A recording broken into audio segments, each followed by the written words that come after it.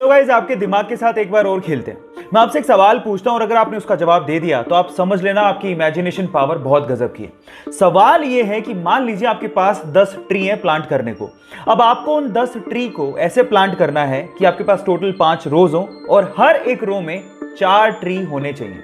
चलो मैं आपको 10 सेकंड का टाइम देता हूं और अगर आपको उससे ज्यादा टाइम चाहिए तो आप वीडियो को पॉज कर लेना। आराम से टेक योर टाइम।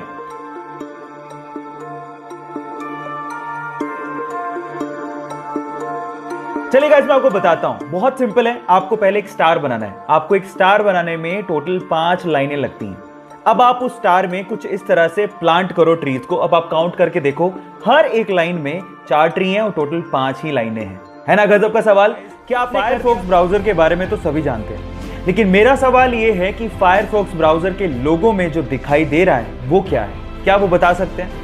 ज्यादातर लोगों को शायद लगता होगा कि फायरफॉक्स ब्राउजर के लोगो में एक लोमड़ी यानी कि फॉक्स है, लेकिन ऐसा नहीं है गाइस। एक्चुअली इसके अंदर है एक लाल पांडा, जिसे इंग्लिश में फायरफॉक्स कहा जाता है और इसी के नाम पर ही इस ब्राउजर का नाम फायरफॉक्स रखा गया है। क्या इसके पहले तक आपको ये फैक्ट पता था? और अगर नहीं पता था तो चैट सेक्शन में लिखना मत भूलिएगा। लोग कि आप बहुत ही खतरनाक जगह पे फंसे हो। वहां से बाहर निकलने के मात्र 2 दरवाजे हैं। पहला दरवाजा है डोर ऑफ डेथ, खोला तो गए। दूसरा दरवाजा है डोर ऑफ फ्रीडम, खोला तो आजाद। लेकिन आपको नहीं पता कि किस दरवाजे के पीछे क्या है। अब उन दरवाजों के आगे 2 गार्ड खड़े हैं। पहला हमेशा सच बोलता है, दूसरा हमेशा झूठ बोलता है, लेकिन आपको यह भी नहीं पता कि कौन सच्चा कौन झूठा। अब वहां से बाहर निकलने के लिए आपको यह आजादी है कि आप हर एक गार्ड से मात्र एक सवाल पूछ सकते हो। अब मेरा सवाल यह है कि आप हर एक गार्ड से क्या पूछो कि आपको पता लग जाए कि डोर ऑफ फ्रीडम यानी बाहर निकलने का रास्ता कौन सा है। 10 सेकंड का टाइम देता हूं, फटाफट से जवाब दो।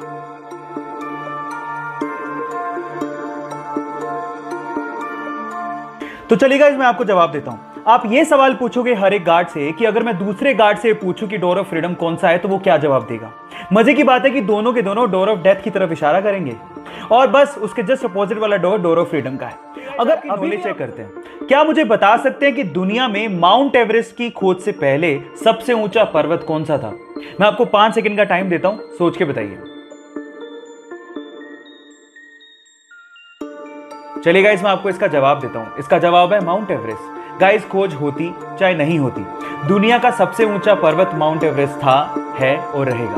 बाय द वे आपकी नॉलेज के लिए बता देता हूं कि माउंट एवरेस्ट की ऊंचाई 8,848 मीटर है, जिसे इंडियन मैथमेटिशियन राधानाथ सिकदर ने ही नापा था। So guys proud to be an Indian. क्या आपको इससे पहले ये बात पता थी? और नहीं पता भी बिल्ली और कुत्ते के फाइट की बात आती है तो शायद हम लोग यही सोचते हैं क्योंकि कुत्ते का साइज बड़ा होता है तो वही जीतेगा। लेकिन थांबा, ये वीडियो ध्यान से देख लीजिए, शायद आपका ओपिनियन चेंज हो जाए। हुआ कुछ यूं कि सड़क किनारे बिल्ली के छोटे छोटे बच्चे पड़े हुए थे।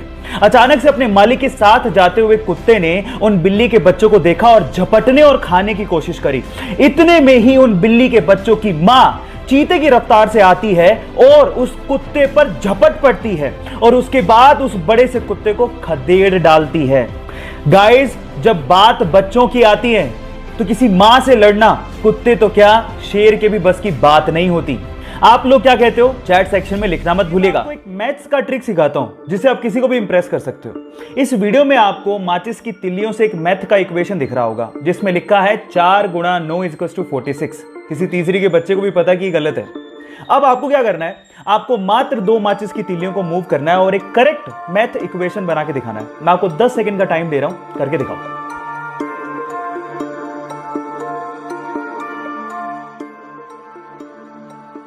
चलिए गाइस मैं आपको जवाब देता हूं। 2 माचिस की तिल्लियों को कुछ इस तरह से मूव करेंगे, देखिए, और फाइनली ये करेक्ट हो गया।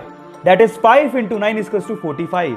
ये मैथ्स का पजल आपको कैसा लगा और आप किसको इंप्रेस करोगे? चैट सेक्शन में लिखना। एक फेमस कार रेसर बनना चाहता था, लेकिन एक दिन आज से ठीक 10 साल पहले उसका एक रोड एक्सीडेंट हो गया।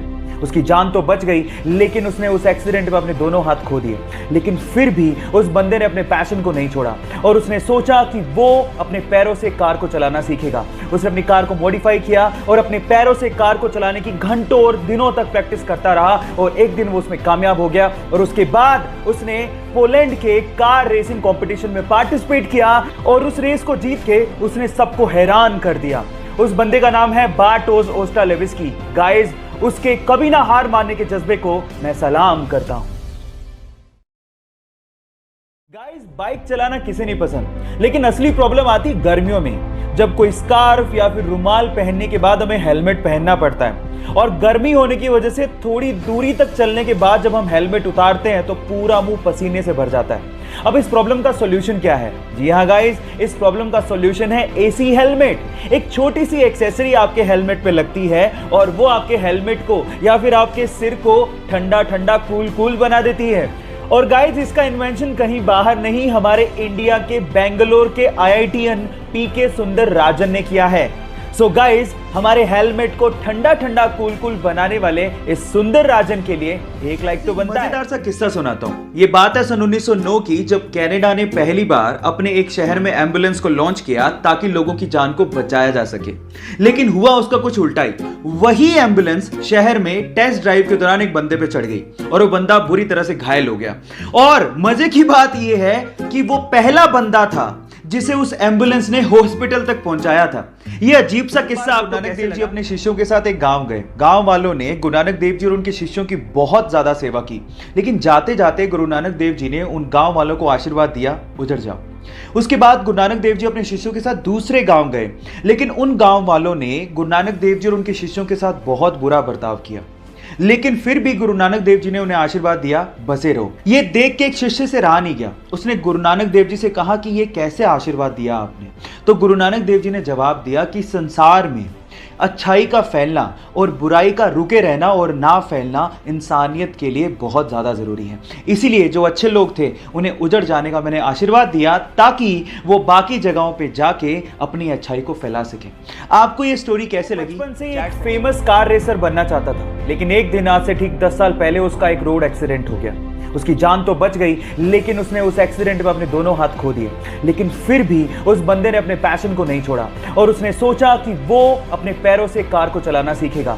उसने अपनी कार को मॉडिफाई किया और अपने पैरों से कार को चलाने की घंटों और दिनों तक प्रैक्टिस करता रहा और एक दिन वो उसमें कामयाब हो गया। और उसके बाद उसने पोलैंड के कार रेसिंग कंपटीशन में पार्टिसिपेट किया और उस रेस को जीत के उसने सबको हैरान कर दिया। उस बंदे का नाम है बार्टोस ओस्टालेविस्की। गाइस, उसके कभी ना हार मानने के जज्बे को मैं सलाम करता हूं। गाइस, बाइक चलाना किसे नहीं पसंद, लेकिन असली प्रॉब्लम आती गर्मियों में, जब कोई स्कार्फ या फिर रुमाल पहनने के बाद हमें हेलमेट पहनना पड़ता है। और गर्मी होने की वजह से थोड़ी दूरी तक चलने के बाद जब हम हेलमेट उतारते हैं तो पूरा मुंह पसीने से भर जाता है। अब इस प्रॉब्लम का सॉल्यूशन क्या है? जी हाँ गाइस, इस प्रॉब्लम का सॉल्यूशन है एसी हेलमेट। एक छोटी सी एक्सेसरी आपके हेलमेट पे लगती है और वो आपके हेलमेट को या फिर आपके सिर को ठंडा ठंडा कूल कूल बना देती है। और गाइस, इसका इन्वेंशन कहीं बाहर नहीं, हमारे इंडिया के बेंगलोर के आईआईटीएन पीके सुंदर राजन ने किया है। सो गाइस, हमारे हेलमेट को ठंडा ठंडा कूल कूल बनाने वाले इस सुंदर राजन के लिए एक लाइक तो बनता है। मजेदार सा किस्सा सुनाता हूँ। ये बात है सन 1909 की, जब कनाडा ने पहली बार अपने एक शहर में एम्बुलेंस को लॉन्च किया ताकि लोगों की जान को बचाया जा सके। लेकिन हुआ उसका कुछ उल्टा ही। वही एम्बुलेंस शहर में टेस्ट ड्राइव के दौरान एक बंदे पे चढ़ गई और वो बंदा बुरी तरह से घायल हो गया।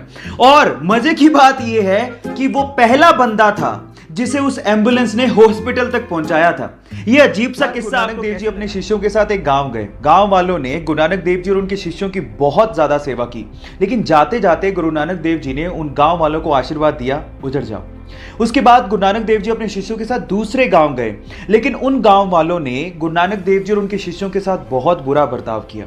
लेकिन फिर भी गुरु नानक देव जी ने उन्हें आशीर्वाद दिया, बसे रहो। ये देख के एक शिष्य से रहा नहीं गया। उसने गुरु नानक देव जी से कहा कि ये कैसे आशीर्वाद दिया आपने? तो गुरु नानक देव जी ने जवाब दिया कि संसार में अच्छाई का फैलना और बुराई का रुके रहना और ना फैलना इंसानियत के लिए बहुत ज़्यादा ज़रूरी है।